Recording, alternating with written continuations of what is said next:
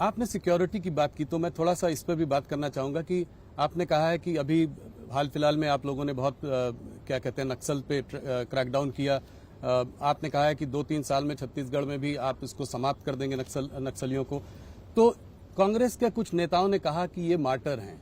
हाँ, इसको आप कैसे देखते हैं? देखिए, तुलसीदास जी ने रामचरितमानस में कहा है कि जिसका खराब समय होता है प्रभु राम सबसे पहले इनकी मति हर लेते हैं। कांग्रेसियों के साथ भी शायद यही समय आ गया है। हमारे जवान अपनी जान जोखिम में डालकर घने जंगलों के अंदर ऑपरेशन कर कर नक्सल्स को मारते हैं और नक्सल कहते हैं कि हमारा कैडर मारा गया है और कांग्रेस पार्टी कहती है फेक एनकाउंटर है। जी, भगवान ही बचाए इनको, भगवान भी शायद नहीं बचा सकता। आपके पिछले कार्यकाल में आप लोगों ने काफी बड़े काम किए। आपने आर्टिकल 370 को रद्द किया, आपने सीएए को इम्प्लीमेंट किया, क्रिमिनल प्रोसीजर लॉ लाए, आपने तमाम इस तरह के बड़े काम किए। पर अगर आज आप ऑपोजिशन को देखें तो काफी ऑपोजिशन वाले कहते हैं कि जो है ये जो 370 को जो है वो वापस लाएंगे, कहते हैं सीएए हम इम्प्लीमेंट नहीं होने देंगे। और सारे बड़े नेता ममता बनर्जी, चिदम्बरम जी, ये सब इस तरह की बातें करते हैं। तो इसको आप कैसे देखते हैं, क्या कहना चाहिए? देखिए, इनके माइनॉरिटी के वोट प्राप्त करने का टोटका है। उनको न सत्ता में आना है, न 370 को वापिस आना है, न उनको सत्ता में आना है, न सीएए रद्द होना है। उनको भी मालूम है, मगर वो माइनॉरिटी अपीसमेंट कर कर माइनॉरिटी के वोट अंकित करना चाहते हैं। एकमात्र कारण से झूठ फैला रहे हैं। मैं इस इंटरव्यू में देश की जनता को आपके माध्यम से बताना चाहता हूं, राहुल जी, भारतीय जनता पार्टी का एक भी सांसद संसद में जब तक है 370 फिर से नहीं आ सकता, सीएए समाप्त नहीं हो सकता। अब ये इतिहास का हिस्सा बन चुका है 370 और सीएए वास्तविकता बन चुका है। सिर्फ आपने इसको जल्दीबाजी में इम्प्लीमेंट कर दिया कि इससे कुछ नागरिकता भी लोगों को मिलेगी? और ये कब तक पॉसिबल होगा, इसका क्या टाइम फ्रेम है?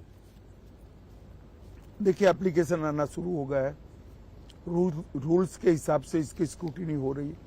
मुझे लगता है चुनाव के पहले ही, मतलब अंतिम मतदान के पहले ही नागरिकता देने की शुरुआत हो जाएगी।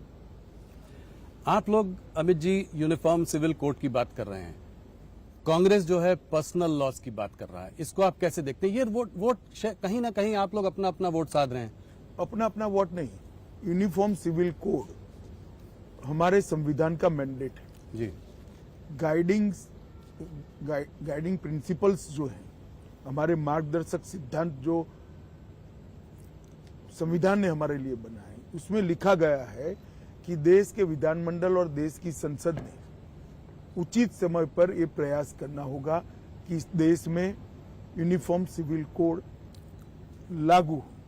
मुझे लगता है उचित समय आ गया है और यह आज से हम नहीं कह रहे जी।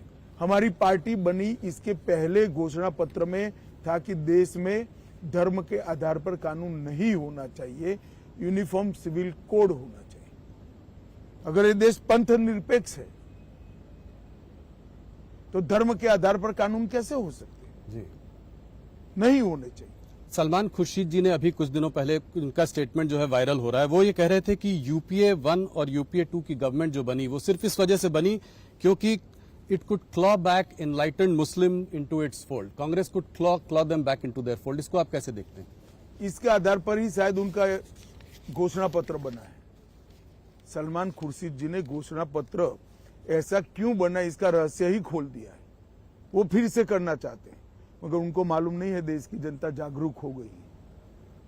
आपकी अपीसमेंट की पॉलिसी अब इसलिए सफल नहीं होगी कि एक अपीसमेंट जब आप करते हो तो दूसरा वर्ग जागृति के साथ काउंटर प्रोडक्टिव रूप से लामबंद होता है। जी।